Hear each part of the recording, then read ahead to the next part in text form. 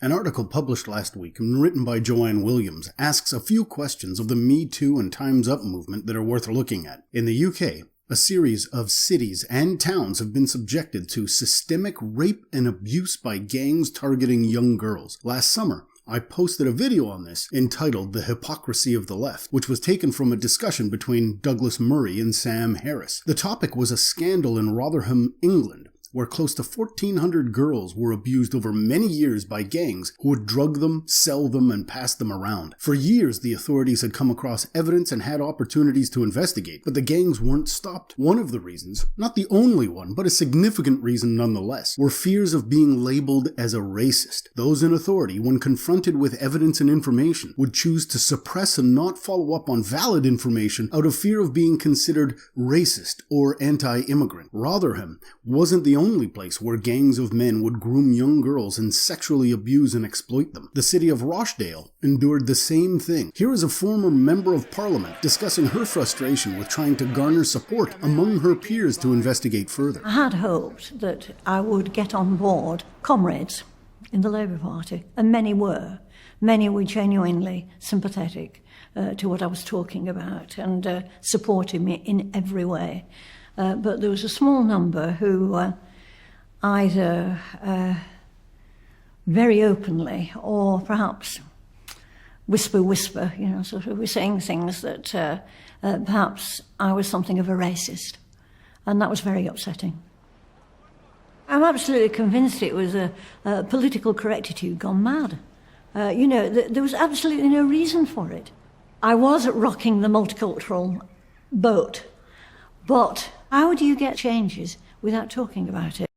After years and years of evidence coming forward, of victim blaming, and even going so far as to punish whistleblowers for coming forward, the extent of the systemic gang-related child sexual exploitation ring in Telford is not known. Victims and others in Rotherham, Rochdale, and Telford claim that the abuse is still going on to this day. The police superintendent for Telford told the BBC that the scope of the issue is being sensationalized. He says he doesn't believe it's any worse than lots of places across England and Wales, and that they are currently working with 46 cases of child sexual exploitation or at-risk children. He complains that the numbers reported go back to include cases over several decades. Because of this, he significantly disputes the figure. The claim that Telford victims of child sexual exploitation may have involved 1,000 victims is based on previous inquiries, however. According to statistics the BBC took from the Telford Council, there were 337 reports of concerns about child sexual exploitation in Telford in 2016 and 2017, which involved 224 children. When the inquiry was conducted in Rotherham, it found 1,400 victims based on 13.5 complaints per 10,000 residents. Telford's rate of 15.1 cases per 10,000 is one of the reasons that an inquiry is being requested. By some. Conservative British Member of Parliament Lucy Allen is one of those pushing for an inquiry, as there have been not only a fear of being called racist, but also fears of showing support for the mainly white working class victims who have been blamed as bringing it upon themselves. These young girls are too often white, working class, with multiple vulnerabilities. And that is why the perpetrators are targeting them. And it is also why, so often, they are miscast as bringing it on themselves. They are miscast as being indulging in risky behaviour, as being promiscuous, as somehow being to blame for what is happening to them.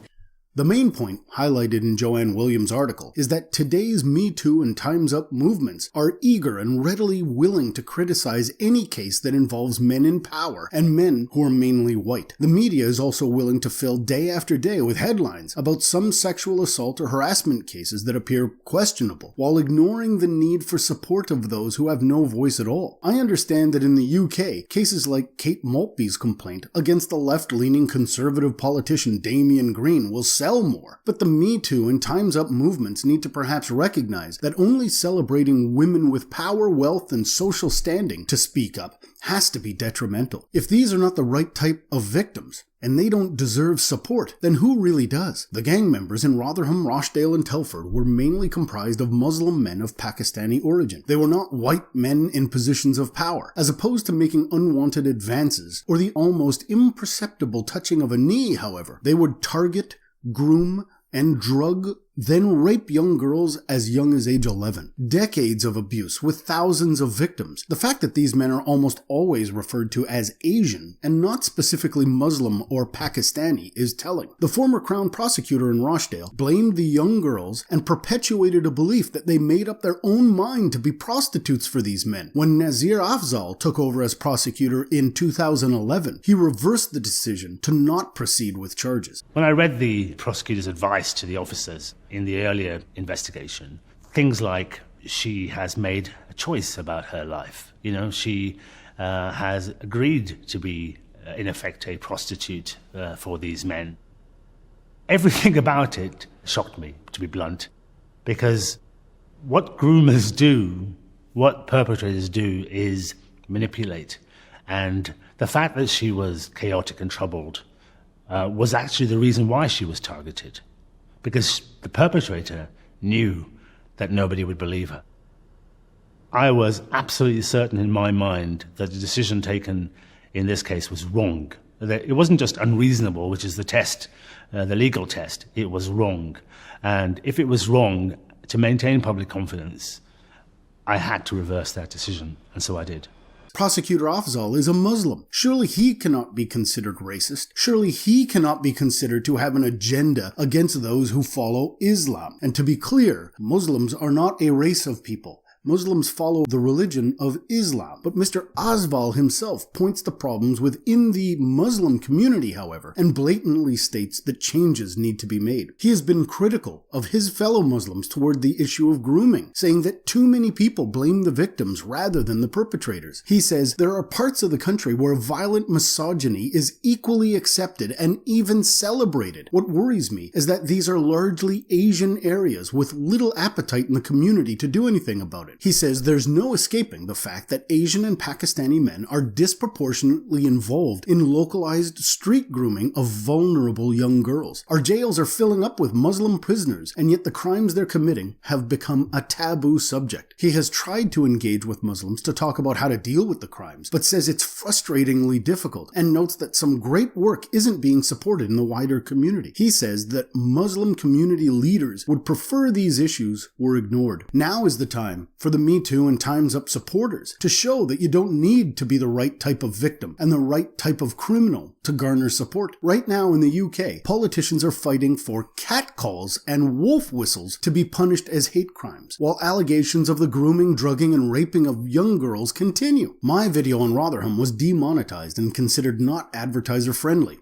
as have over 35 of my 43 videos, and I'm sure this one will be too. I say this not because it's a money issue, but that the videos don't show up as recommended viewing on anyone's YouTube channel. YouTube stops it from being seen and watched and viewed, then won't allow you to request a view for whether or not it's appropriate unless a certain number of views have happened recently. That's just another way conversation and dialogue is being stopped. The Me Too and Time's Up crowd need to speak up and help these girls have a voice. Hopefully they can demonstrate that their voices aren't only added after vetting for religious affiliations of the perpetrators and the class of its victims. When someone like Matt Damon states that cases need to be looked at individually, and that there is a factual difference between touching a woman on the butt and child molestation, he was vilified for some for being a powerful white male who shouldn't even have, let alone voice, an opinion. He was forced to apologize for stating an opinion, even though he was directly asked about it, and then told his gender, powerful position,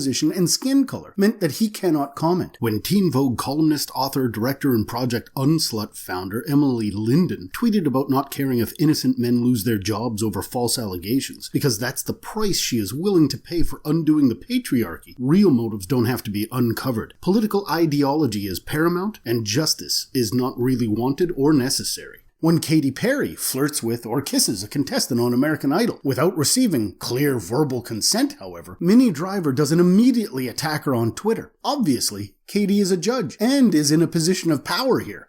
Now, don't get me wrong, I don't have any issue with Katy Perry, and allegations against Harvey Weinstein need to be fully investigated, made public, and appropriate charges and civil suits filed against them. My point is that the Me Too and Time's Up movements, along with media outlets like the London Times and The Guardian, need to keep their focus on the goal of being a voice and encouraging openness and discussion to stop sexual exploitation. If the movements get hijacked, if they haven't been already, by those that claim only men in powerful positions are the oppressors, then the thousands of working class girls who are the subjects of Muslim grooming gangs will have no chance and no voice.